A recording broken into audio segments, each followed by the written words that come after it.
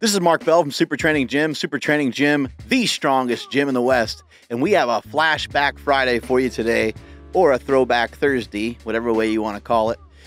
You're going to see in this video, you're going to see me bench pressing over 900 pounds. You're also going to see Big Jim Shetfield, who's another lifter at SuperTraining Gym, who also bench pressed in competition over 800 pounds.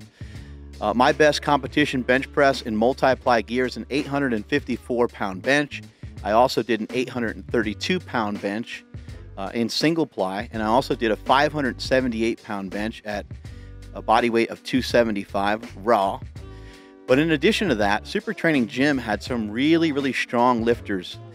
We still have strong lifters today, but back then we had 3 bench pressers that were up over the 800-pound mark, including Big Roy Bradshaw, who was over the 900-pound mark.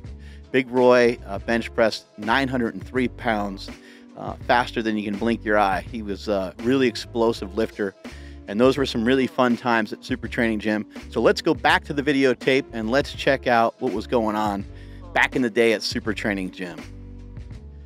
You can see we're doing some board presses, and I know some of you guys are watching this and you're like getting pissy and moany about geared lifting, but this was what was going on at the time. SuperTraining just is, we have a competitive atmosphere. We love to train. We love the sport of powerlifting. And this was powerlifting at the time. Actually, at this particular time, you could not even officially compete raw. There was no category for it.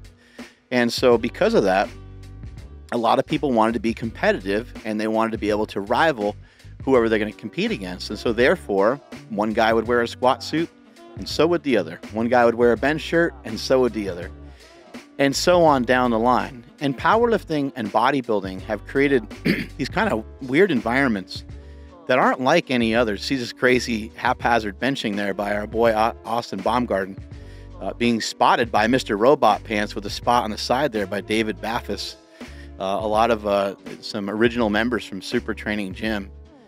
But you know, powerlifting has created, and so has bodybuilding, has created these unique situations where it's almost like, hey, you do your thing, I'll do mine, and let's see what happens on the platform. Because even as far as the powerlifting gear that we wore and the powerlifting gear that people inject into their body, it's kind of like no one really cares. There are drug-tested federations, and there's quote-unquote non-drug-tested federations. Read between the lines and you can kind of figure out, you know, when somebody starts to decide that they're no longer going to compete in a drug-tested federation and they're going to move on to the drug-tested federation, it's for reasons that they made a decision that they want to try to be as strong as they can possibly be, and they don't mind throwing in some PEDs to take full advantage of that. And so I always just found it really interesting that in powerlifting, you know, people will do any and everything they can to be stronger. And sometimes, you know, sometimes we end up in these scenarios where we're lifting in slingshots and lifting in bench shirts and lifting using performance-enhancing drugs. Speaking of the slingshot, there I am benching, I want to say it was 585 for a good strong double.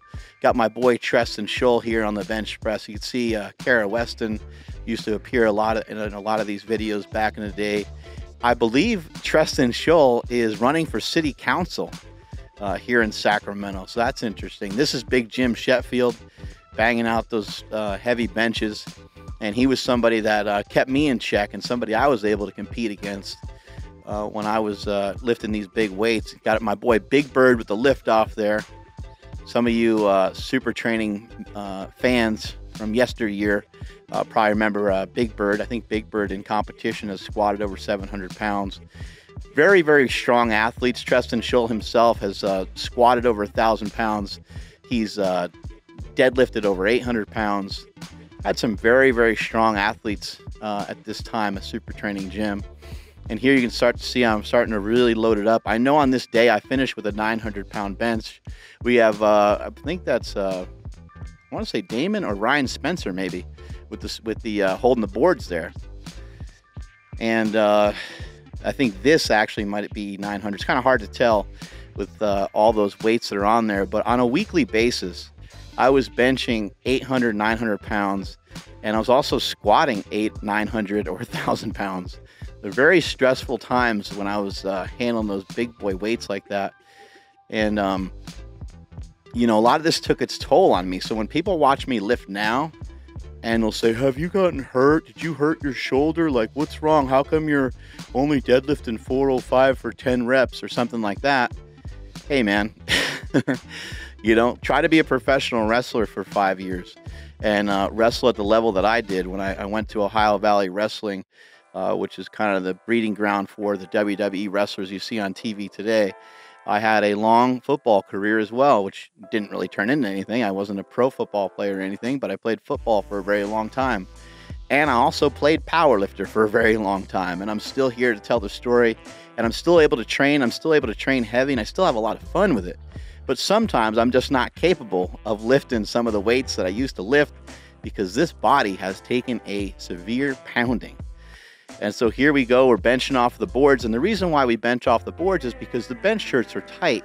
And the bench shirts give a tremendous amount of support. And because of that, it's hard to get a full range of motion. You can see I was talking to Treston after that lift because I was very in tune with how every lift felt, and how every lift off felt, and how the bench shirt felt. And so I was communicating to him right there that, you know, how that particular lift felt. And then now we're reloading here and we're getting the bench shirt ready and we're trying to figure out, okay, how do we do this next set better? And that's what we're always trying to do at SuperTraining Gym.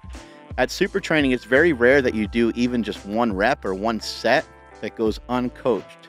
Somebody's got something to say about everything. Sometimes it's actually annoying. You're like, man, can I just, you know, do a lift without somebody bitching or somebody telling me I'm doing it wrong?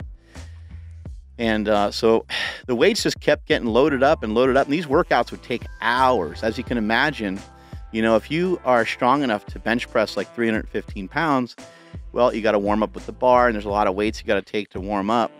This would take forever to warm up to these big weights. And you can see how long it takes to get that weight down there. Well, I lost it. Part of the reason why it takes so long to get it down there is because, not just simply because the shirt is tight and because of how tough it is to get the weight down, but there's other reasons that there's other reasons too. Like, you want to try to drop the weight just in the exact right spot, because you know that if you're out of alignment at all, that you are totally screwed. So you just saw me miss 900. Jim McD was filming back in the day. I think he got tired at this point and he took off. And so I had to film this one, I think, off of my phone. If there was phones back at this time, I want to say this is probably, we'll put the date up, but I think it's like 2011, 2012. And here's 900 pounds. Whoop. Got it down there and pressed her up and locked her out. Look at that. Not too shabby. Lifting in those bench shirts wasn't easy, but I got her done. Strength is never a weakness. Weakness is never a strength. Catch you guys later.